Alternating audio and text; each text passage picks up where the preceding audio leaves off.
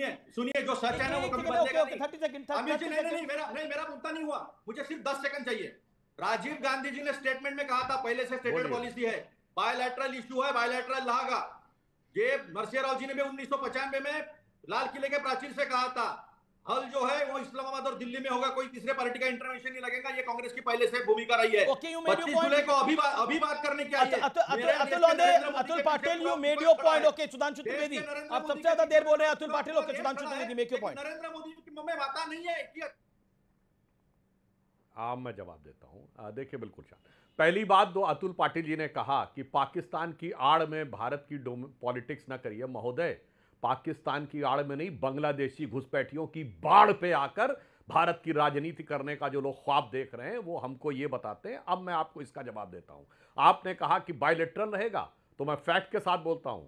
अतुल पाटिल जी, नवंबर 2008 मुंबई का हमला 26/11, उसके मात्र 9 महीने बाद जुलाई 2009 पाकिस्तान के साथ एक न्यूट्रल डेस्टिनेशन इजिप्ट के शर्म अल शेख में किसने ज्वाइंट डिक्लेरेशन साइन किया?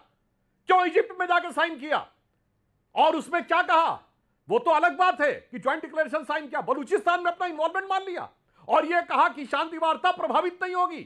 तीसरे देश में जाके पाकिस्तान के साथ लिखित में साइन करने वाले लोग आज आकर कहते हैं कि साहब थर्ड नहीं होता। अब मैं दूसरी बात बताना चाहता हूं, मैच के ऊपर भी मैं स्पष्ट कर देना चाहता हूं महोदय, बायलैटरल मैच होगा। भारत ने स्पष्ट कहा है, बायलैटरल मैच तो छोड़िए, भारत ने आज तक कोई औपचारिक द्विपक्षीय वार्ता नहीं की है 11 साल में पाकिस्तान के साथ। अब मैं दूसरी बात, पूरी बात सुनिए।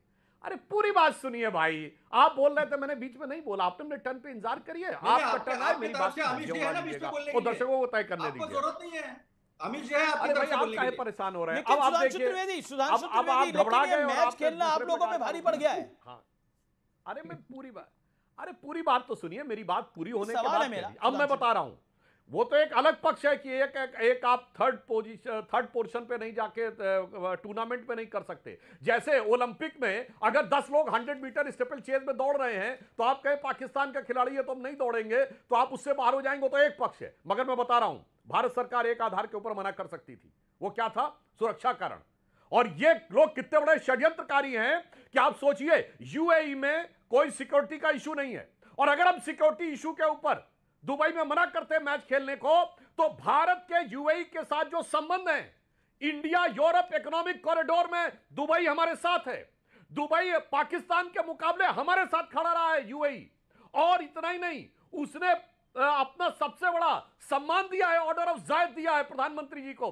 ये लोग ऐसे षड्यंत्रकारी चाहते हैं कि दुबई से हम संबंध यूएई से खराब कर लेते हैं, कि हम सिक्योरिटी आधार पर नहीं जाएंगे और उसको पाकिस्तान के पाले में डाल देते। मेरे भाई, क्यों पाकिस्तान की पॉलिटिक्स भारत में करने का प्रयास कौन पाकिस्तान की politics? Kiren Rijiju, central minister का एक बड़ा स्टेटमेंट आ गया है। किरेन रिजिजू का बड़ा स्टेटमेंट आ गया है। उन्होंने, किरेन रिजिजू ने सोशल मीडिया पे पोस्ट किया है, एक्स पे अब से कुछ मिनट पहले पोस्ट किया है, शाहिद अफरीदी राहुल को अपना नेता बना सकते हैं। वो आगे लिखते हैं, Rahul Gandhi has been the darling of Pakistan. Pakistan की डार्लिंग है राहुल गांधी, इसलिए राहुल गांधी की तारीफ कर रहे हैं। मैं बता देता हूं, कुछ देर पहले शाहिद अफरीदी ने बड़ी तारीफ करी है राहुल गांधी की। उन्होंने बोला उनका माइंडसेट पॉजिटिव है, वो पॉजिटिव आदमी है। कई लोग अच्छे नेता हैं, वो बातचीत के जरिए हर किसी के साथ चलना चाहते हैं। यानी राहुल गांधी आएंगे तो बातचीत हो जाएगी पाकिस्तान में। शाहिद अफरीदी ने यह बोला है। मैं सीधा रुख करता हूं अतुल लॉन्डे पाटिल का। अतुल लॉन्डे पाटिल, किरेन रिजिजू सेंट्रल मिनिस्टर लिख रहे हैं, कैबिनेट मिनिस्टर लिख रहे हैं, Rahul Gandhi has been the darling of Pakistan. Pakistan के लोग और शाहिद अफरीदी राहुल गांधी को पाकिस्तान का नेता, सर्वमान्य नेता बना सकते हैं। देखिए, किरेन रिजिजू को कहना कि तुम्हारा नेता पाकिस्तान का डार्लिंग है, बिना बुलाए वहां गया था केक खाने के लिए, उसको कहना वो अनुराग गोलीमारो ठाकुर है ना, वो तुम्हारा पाकिस्तान का डार्लिंग है। मेरा कोई नेता गया नहीं है पाकिस्तान में। और राजीव गांधी जी ने इंटरव्यू में स्पष्ट तरीके से कहा था कि अमेरिका के साथ हमारे रिलेशन तब तक सही नहीं हो सकते जब तक वो पाकिस्तान को मदद करता रहेगा, वेपन्स देता रहेगा। डायरेक्टली कहा है, हम लोगों ने डायरेक्टली कहा है। इनकी हिम्मत कहां है?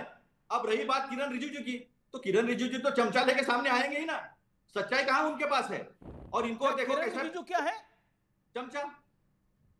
शाहिद अफरीदी के इसमें अनुराग ठाकुर का नाम क्यों नहीं लिया उन्होंने? पर शाहिद अफरीदी ने तो राहुल गांधी का नाम लिया। अगर अनुराग ठाकुर का नाम लेते तो हम चलाते, सुधांशु त्रिवेदी का नाम लेते तो चलाते, लेकिन उन्होंने राहुल गांधी की तारीफ करी है। पाटिल साहब, मैं दोबारा प्ले कर देता हूं बाइट। अगर आपने अगर आपको नहीं सुना तो दोबारा प्ले कर देता हूं। शाहिद अफरीदी की लाइव बाइट एक बार दोबारा प्ले करिए। शाहिद अफरीदी ने राहुल गांधी की तारीफ करी है और एग्जैक्टली क्या बोला है सुनाइए।